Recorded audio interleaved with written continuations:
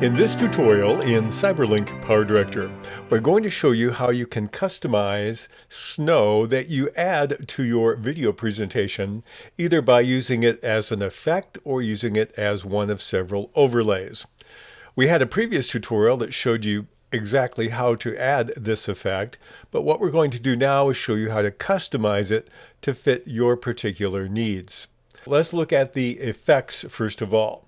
We're going to go to the effects room, and then I'm going to search for snow, press enter, and I'm going to use my regular snow. I'll simply drop it on the video track. I could put it on a separate effect track. Now when I play this, this is what I'm going to see. What if I want to modify this slightly? What can I do to change that if I don't exactly like the way it's coming down? So what I need to do is play the stop, and then I'm going to click on the little green box in the lower left corner called Effect and Snow, and we'll modify it. That gets me into my edit options here. Let's widen it a bit. Here are the options that we have on this particular effect. You can change the wind. If we move it a little bit to the right, let's watch what happens. Now it's moving to the right. If I move it to the left, now you can change the largest size. If these are too big, I can shrink them down. And you notice they got smaller.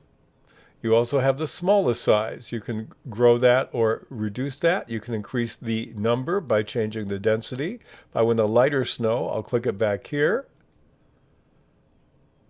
If I want something more intense, I can move it up all the way to 200. And then we have a 3D depth. This increases or decreases the intensity of the effect. We'll move it back just a little bit once we stop this and play it again. Now the other one is very interesting below that. The other tool here is called your effect mask. And one of the tools I like is this one here, Auto Object Selection. It will select the element in the center. I'm going to click on that. And now if I play this, it will only snow on the woman, which is usually what I don't want. But the interesting thing I can do when it comes to using this is I'm going to use this effect. We'll stop it again. I'm going to click on this effect, the second one over again, and I'm going to do Invert Mask. Watch what happens when we play it this way. Now it will only snow behind her. So if you want the snow in the background in general, that's what you can do. Now you can make your own mask. You can't make one that's totally customized, pixel by pixel, but you could use the square or the circle. For example, if I wanted to use the square, I'll use that. I'll click on Modify, and here's where I can adjust my mask.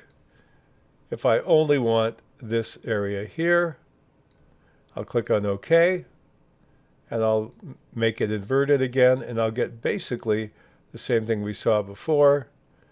Now it will come down on the left and right side of her, but it's not quite as cool as this one. You can also modify it by changing the feathering. You can move it around. I can change it so that the mask, in this case, would come down maybe this far, or I could use a circle mask. All in all, when it comes to a person, I prefer using the second one to the left. If you turn this off, there is no masking whatsoever. Those are some of the simple ways in which you can modify this effect for snow. Now we're going to look at using a different tool. Let's close the window out, please. Now I'm going to turn this effect off simply by clicking on it and clicking on the garbage can. And now I want to use a different tool. We're going to use an overlay. Let me show you how to change an overlay. We have an overlay of snow, and if I want to customize that, I need to find it. I can drag and drop or use the search. I simply am going to use one called Snowflake. Here's my snowflakes. I'll take and I'll drag it down to a video track, which is where your particles go. And we'll stretch it out a bit to make it a little longer. Let's say I'm using this and I'm not sure if I really like it the way it starts out. When I play this, this is what I'll see. Now in this case, the big flakes are a little too big for me. And so what I'd like to do is change that. So to edit it, I double click on it, and that will get me into the edit mode. The screen starts out this size. I'm going to make mine full screen.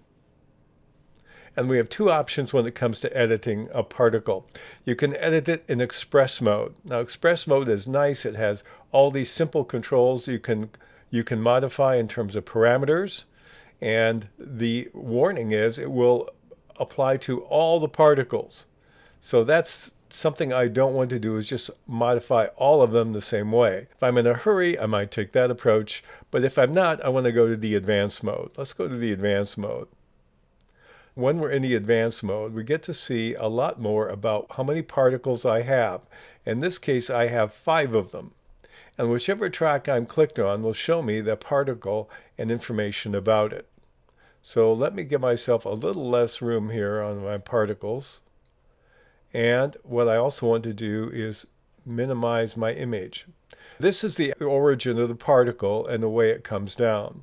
Now, if I want to examine these one by one, the easiest way to do that is right-click on the left side and to enable selected track. Now I'm only seeing particle number 4. And if I play this, this is what particle 4 is doing. I'll stop it here.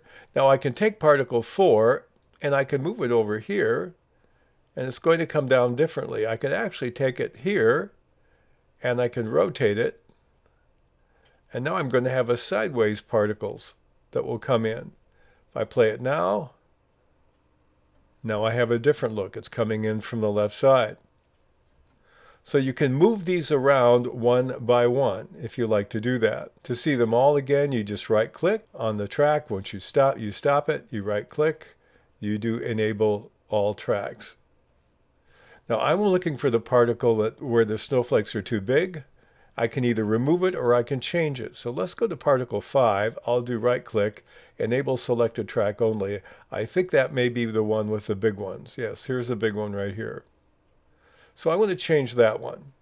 So I'm going to stop and I want to edit it. So I'm going to go to the properties here. And these parameters are pretty complicated, but the basic ones I look at to make it simple are the size and the speed. So the size here right now is 2.091. I find it best not to use the slider.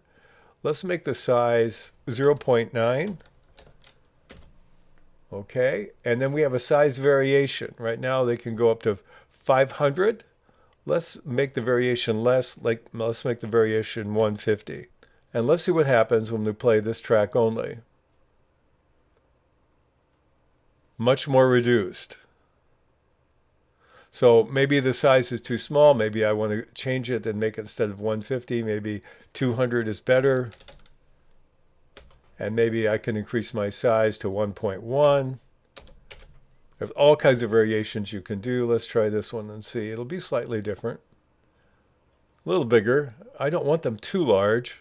If I want to make my size consistently, I'll turn my variation simply down to 100. When I change it to 100, there basically isn't any significant variation on size. So I like that one better. So I've just changed that singular particle. I can do that on any track I want. Let's stop this and just click on another one to see how that one works. That one's coming in over here. Let's click this one. This one is coming in over here. This one is coming in here. And again, I can move it around and change the parameters all I want. You can add particles as well. There's an option simply to add a particle. And if you want to see where the particle is, you hover over the image and it gives you the path to that particle. To add a particle, you click on the plus and then you go to your file system and find the location where you want that particle to be. But the one that is existing on that particular particle track is shown there. If I change the particle track, you see I have a change in the particle. Now if I want to add a completely new particle track, I click on the image in the upper left corner, add new particle effect, and then I navigate to the place where the particle is I want to use. I'm going to use Snow 6, and then click on open, and now I have a new track. And here it starts in the middle, which is what I don't want, and I want to widen this out a bit. And so we'll just spread the yellow bars wider. And I'll go over here and we'll rotate it.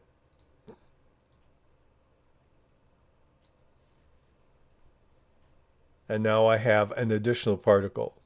So if I right click and do enable all tracks again, I'm going to have my additional snow particle. When you're done, you can do a save as, and you can give it a new name. I'm going to call this Bigger Snow, and click on OK. Now I'm going to shrink that down, and then we'll close the window. I'll click on OK. And here now I have my bigger snow particle, and that's the one I'm using to create a snow effect customized to my taste in CyberLink PowerDirector.